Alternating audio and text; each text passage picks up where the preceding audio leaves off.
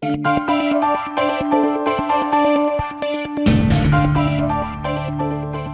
to A Spirited Debate. I'm Lauren Green. Check out these Bible verses you've probably heard before. Let the one who is without sin cast the first stone, or for all have sinned and fall short of the glory of God. And how about this favorite? Judge not, lest ye be judged. If you don't go to church all that often, do you really get the full meaning of those verses, their context in your life? It's a question asked by ministers at a recent panel discussing whether preaching through the Bible actually has great risks. Joining me to explain is Pastor J.D. Greear of the Summit Church in North Carolina, who's also the author of Jesus Continued, and Bishop Harry Jackson, senior pastor at Hope Christian Church in D.C. Thanks so much for joining us. Thank you for having me, with Lauren. you. Well, Pastor J.D., let me start with you. So if you're a Christian minister, you have to draw from your major source material, which is the Bible. So what's the risk there? Well, I mean, certainly the risk is the Bible offends every culture in every age, and so inevitably you're going to come to something that's very out of fashion with the culture that you live in.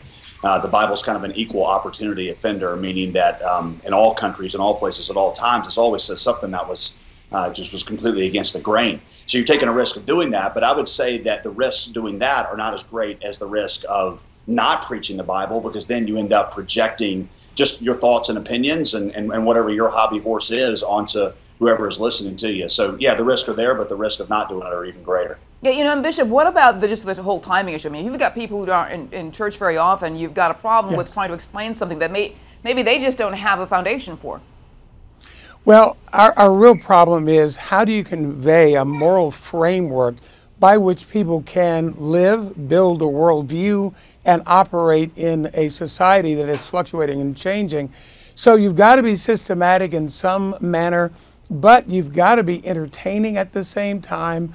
So we're living in a way where Hollywood can trump the average boring, dowdy sermon, and we've got to be contemporary, concise, but substance, as my fellow panelists has shared. I think that's really key, and people need truth to live by. Yeah, but and Bishop, how do you make the Bible, though, based preaching relevant to people who don't attend church regularly, who are probably more influenced by MTV or, like you say, movies or whatever is hot on Facebook? I mean, how do you do that? Well, I think you got to start at the beginning in sermon preparation, asking yourself, over the next year, what needs to be said? What do my people need to know? Number two, what questions or dilemmas are they going to be asked? And then I think you start down the arduous task of trying to add music, drama, whatever to the equation. But today, one question may be, how would you address a culture that would be dealing with transgender identity issues without starting in the middle of the story and feeling like you're in a heavy-handed way declaring truth without background? Yeah, and JD, I think that's the same question for you, because there's so many people who are sort of catechized by secular culture, and how do you make the Bible sort of relevant to their lives? Well, you find that while a lot of things change from culture to culture, you find that the essence of humanity is the same.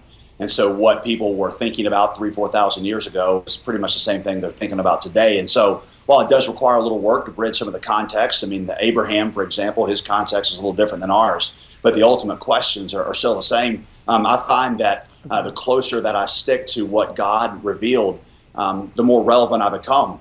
The church that I pastor is probably 9,000 or so on the weekend. 73% of the adults are single, and about that percentage are under the age of 30, between college age and the age of 30. And so I don't think, doing it that way, it loses its relevance. In fact, I think when you disconnect yourself from the timeless truth of God's Word and you immerse yourself in kind of just the contemporary opinions of the day, that's when you become irrelevant. How much, though, is Bible literacy a problem, though? Because I was reading even some seminaries say there's a lack of Bible knowledge even among their students entering. JD? Oh my goodness, yes. I mean, even in the 10 years that I've been a pastor, the amount that people just bring into knowing, when you're talking through things, you're having to explain, what concepts are. And you're having to say, people maybe 20 years ago would have known what this is, but here's what this means. It's a challenge, but it's really one that everybody in every culture faces just in different ways. And that's kind of our job, is to bridge that context and educate. Yeah, people. Bishop, let me give you the last word on that, because, when I grew up, I learned every sort of Bible story out there, and a lot of people just don't have that context. What do you say? Well, we live in an age where people want to hear stories. Storytelling is in. Dramatic examples and declarations are in. So I think people are hungry to know. I think our challenge is to make what we say relevant. I agree with my friend here that it's very important that we stay close to the text because the truths are timeless. But there's an amazing openness and hunger, I believe, for truth in America. Folks are just tired of judgmentalism, and they're tired of old-fashioned presentations. That's my take on things. All right, I want to thank you so much. It's a great word. Thank you so much, Pastor Greear and Bishop Jackson, for being here. Thank you, Lauren. Thank you for having us. Yeah. Well, make sure to check out the pastor's book, Jesus Continued, and for more on this developing story, you want to check out foxnews.com. And thanks for watching.